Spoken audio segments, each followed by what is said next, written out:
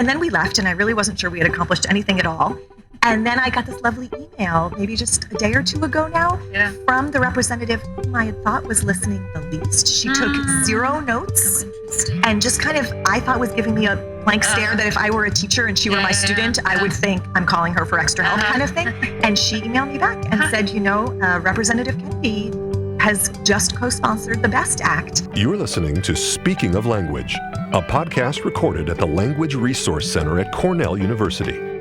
Each week, we explore a topic related to language pedagogy and second language acquisition. This week on Speaking of Language, Angelika interviews some fellow attendees of Language Advocacy Day in Washington, D.C. We learn what LAD is all about, why it is so important to advocate for languages on the Hill, and how these colleagues share what they learned back in their schools and districts. Welcome to a new episode of Speaking of Language. I'm Angelika Kramer, the director of the Language Resource Center at Cornell University. And I'm Sam Lupowitz, the LRC's media manager. Angelika attended Language Advocacy Day in Washington, D.C. earlier this month. I had a chance to revisit the events of the day with some colleagues at the recent Northeast Conference on the Teaching of Foreign Languages. And here they are. Dun, dun, dun. My name is Trey Calvin. I currently work at the Joint National Committee for Languages and the National Council for Languages and International Studies as their managing director. You do amazing work. Thank you. We try to. Our mission is to connect the folks that are on Capitol Hill and make decisions with the folks who are the experts in the field. So teachers, interpreters, translators, even business owners, freelancers. Those who are experiencing any sort of challenge can contact us, and we can reach out to their representatives to see if there's some sort of remedy. Yeah. Well, and so just recently, your office put on the Language Advocacy Day, which is an annual event that has been going for many years? Yes. Quite a few, right? Yeah. So can you tell me more about what is Language Advocacy Day and why is it important? Language Advocacy Day is a meeting, a national meeting, during which about 200 language advocates from across the United States come to Washington, D.C. to simply ask for things in Congress. Yeah. Our role at JNCL-NCLIS is to provide those attendees with the training that they need in order to talk about what we're going to ask for. And we also include trainings about the logistics. If you've ever been to the Rayburn House Office building, you need to bring breadcrumbs to find your way back out. So part of what we do is the logistics. We do the scheduling, and we do the policy and legislative asks. It was a fantastic experience for me this first time around. Really fascinating to see kind of how everything works behind the scenes, and I never realized how much work you would put in to set up all these meetings with all these congressional staffers. So I can't take full credit for it. You should. We definitely have to be judicious with our time. Shout out to Alyssa Rutkowski, who's my deputy, and is constantly working to schedule and reschedule up until literally the day of. So I remember in 2019, she was running around. She was her first advocacy day, and we were both running around, grabbing people's schedules and recognizing people on the fly, and okay, actually it's 15 minutes later now, and you're meeting with Michael, not Colin, okay? And writing in on their handwritten schedules. That's crazy. So it's fun, it's exciting. As someone who works it every year, it is. It's really, really exhausting. And it is so rewarding. As many things are exhausting, right? They're very rewarding. And it is so important. So thank you again for everything that you and your office do. Thank you very much. I will take that. I would put it back on the advocates, though, and just say that we lay it out so that they can play it out. Yeah. We want to make sure that people are having a good time, that it's exciting, and that there's a sense of collegiality. Yeah. And so that when people think about what they're going to do in February, they're thinking of Washington, D.C. Oh, yeah. I know where I will be in 2021. That's awesome. We'll see you there. Awesome. Thanks, Trey. Yeah. My name is Rebecca Blouwolff. I'm a middle school French teacher in Wellesley, Massachusetts, just outside of Boston. And this year I'm also ACTFL's Language Teacher of the Year. Woohoo! Woo! Congratulations on that. Thank you. It's exciting. We actually met at Language Advocacy Day. What was your experience like? I was a little scared going in because my family culture around interacting with the government was very protest-oriented as a child. So this idea of getting dressed up and going in with the script was sort of foreign to me. And even as I was doing it, I just, it's not a deep interaction with the person. You're passing over this information. And I was kind of nervous about the lingo. Like I couldn't get the words out of which bill was which thing and who was the senator and who was a representative. So I had a high mental load just to do the task. So I think in the moment, it wasn't really clear to me what was happening. It was, to me, I have to say, one of the most striking things about it was just the visual of entering these grand buildings. First of all, so easily. I was astonished by the lack of security. And you walk in and there's regional snacks and there's pictures from your home state. And these people are just paid to listen to what we want to tell them. I mean, so to me, that was sort of profound. And then we left and I really wasn't sure we had accomplished anything at all. And then I got this lovely email, maybe just a day or two ago now, from the representative whom I had thought was listening the least. She took 0 notes and just kind of, I thought was giving me a blank stare that if I were a teacher and she were my student, I would think I'm calling her for extra help kind of thing. And she emailed me back and said, Representative Kennedy has just co-sponsored the BEST Act. No way. And it was like, I mean, this whole year is basically miracle upon miracle. Everything is perfect and dreamy and ridiculous. And there's one more example. So that was really exciting. And then, of course, then I got a little like chutzpah dick, as we say. I was like, well, that's so great. That's why he should join the language caucus. Awesome. So I sort of got into that. I think once you start asking people to do things, then you just get very comfortable doing that. And it was a little bit easier, so I could see how it would grow on someone. Nice. Maybe even someone like me. Great. So I'm Jenny Delfini, and I teach Spanish to elementary kids in New Paltz, New York, about an hour outside of New York City. I teach grades 3, 4, and 5. I'm the first vice president for JNCL, and as part of our duties in that executive track, that position goes to the JNCL-NCLIS Advocacy Day. And this is where we actually met just recently. Yes, so very true. So what does language advocacy in general mean to you? Why is this important?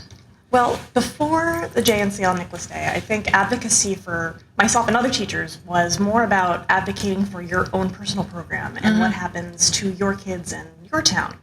I went to the Assembly of Delegates, but it was the Assembly of Advocates at the ACTFL in DC. So I had sort of a test run of Advocacy Day and what it's all about. And so I was very excited because a lot of people that do this with the organizations do it for 1 year and that's it. So my JNCL New York colleagues who have done it said, oh, it was great, but I only went once. So I actually had the honor of being able to have a repeat performance to do it again. And it's the way that JNCL does it with telling you the speaking points and what's going on and letting you practice, because it is an environment that a teacher's not used to. But then going in and speaking to the staffers who know what's going on in that education field on the Hill and what's happening with legislation. And being able to make headway with them, and even if it's maybe not someone who's going to see things the same way you are, they're listening with a sympathetic ear, I think, because you are constituents of theirs. So I think my view of advocacy changed because of the Hill to see the bigger picture of what's going on and being able to talk to my colleagues in other states and other areas. Was there a specific ask this year that stood out to you as tremendously important, or just something that you would be sharing with your other colleagues too? Well, I think that a lot of us talked, and the BEST Act, bringing in the seal of biliteracy, was the most. It was the one that most staffers were saying that they had never heard of, or they didn't know what that was. And then as we explained to them, they were really interested in having the ability to see a student as biliterate and bilingual, and having that very apparent on their high school diploma, and not realizing that it kind of doesn't happen already. So that was really surprising to me, and that was the one that was probably the best received. Okay, awesome.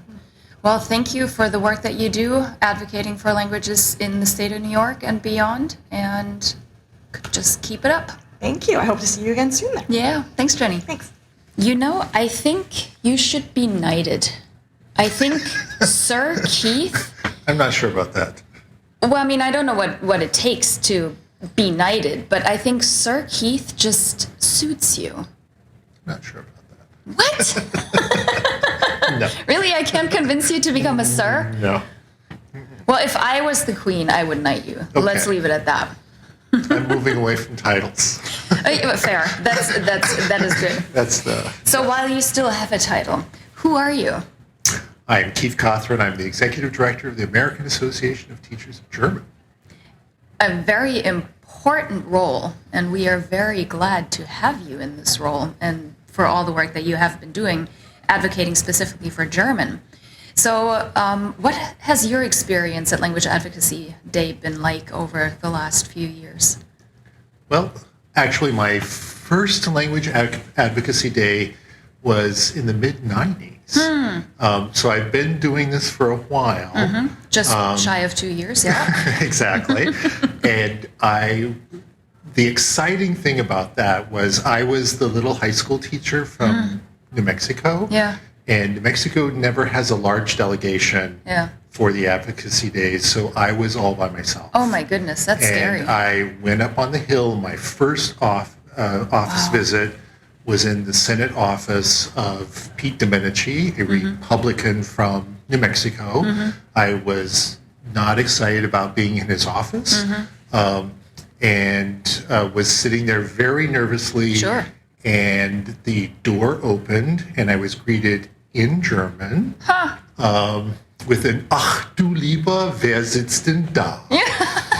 And it happened to be a former student of mine. No way. Who was the communications director for the senator. Oh, wow. Who had arranged for me to meet with the senator, just me, the senator, and him. Yeah. And we had a great conversation. He had just returned from Russia and turned out to be a super advocate for language education. Wow.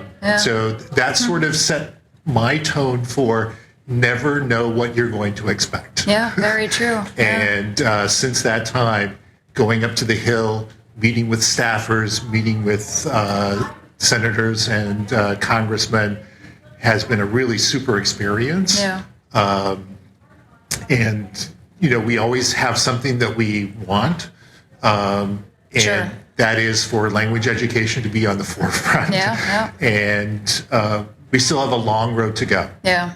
Sure. And that's the unfortunate thing. But it's something that we can't give up. Yep. It's important work. It's really important work. And if we're not doing it, nobody's going to do it. Yep. As language educators, we want to be a part of the conversation and education in the United States. Yeah. We have to speak up. Yep.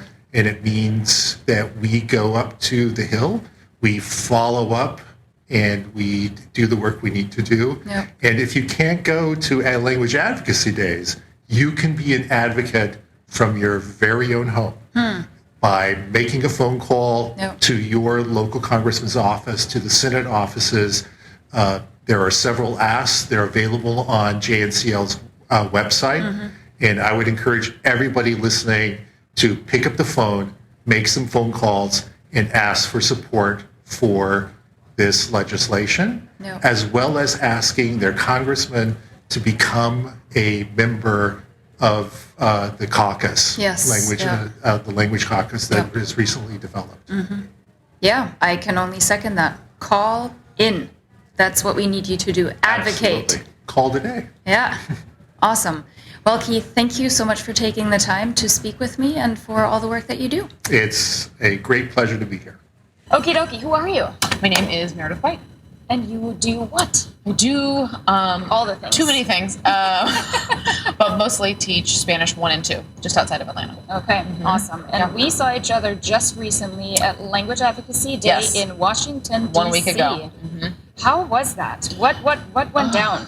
It was good. It's just, to me, it's so refreshing. Because I think in the ways that conferences can be so overwhelming, in a good way, but if you let them, then if I don't use any of the ideas and I don't classify ideas and I don't organize, then I have too many, and that's overwhelming, and then I don't do any of them, and then I feel badly about myself. I think Language Advocacy Day is like the best parts of a conference but without the overwhelming bits. Like you get to do, you're there for one reason. It's almost like you have one session to go to. That is all, you know, and you get really concrete next steps, and they do it all for you. I mean, it's like a tour that someone else has organized. Here are your meetings. Here's who you're talking to. You just go, and then you can actually focus on your talking points and the task and like all those kind of things. So it's sort of, you know, they've curated the experience. Now it's on you to take advantage of it, to talk to your, you know, lawmakers and get out of it what you intend to. Do you do anything like after the day itself, going back to your district, going back to your colleagues? How do you share that out? Yeah, so I share it with my department and like colleagues, and then I also share it with my administrators, and I'm very like purposeful in what we talked about, what happened, what my next steps are, and then I also follow up with who I visited with and I thank them, and also set up like a next meeting. So if I know that I'm going to be in Washington D.C., it's like I'll be back. Will you be here? Will you be home? Like what are we doing there?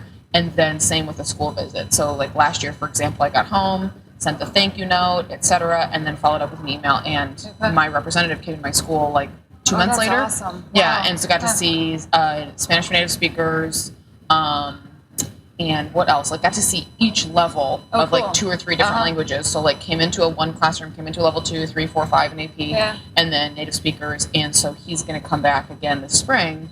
I'm going to follow up, and so we'll probably do it again in April, and he wants to see DLI. So, that's awesome. So while they're home, you know, I mean, they live where you live, so it's like, come on over. And if it kind of coincides with your planning, cool, come, and I'll take you around, and, you know, let's actually hang out. How would you convince a colleague to join you next year to attend this thing? I think it would have to be, there would have to be some homework on the end of, like, okay, who is our representative? You know, it's like a little mini civics lesson. You're like, well, now I have to look up who I need to care about. That's true. And, you know, it's and what sometimes, makes them tick. Yeah, right? exactly. And what makes them tick. And yeah, absolutely. So I think like really getting invested like in your community, but I'm lucky I live in a place where not like most of my colleagues live where we teach. I don't live in the zone, but we live in the district. And in the South, that's a little bit easier, I suppose, because a county is a district. So if you live in the same county, poof, you know, this should matter to you because the representatives, you know, are from counties, and so are the districts. So that's a nice parallel.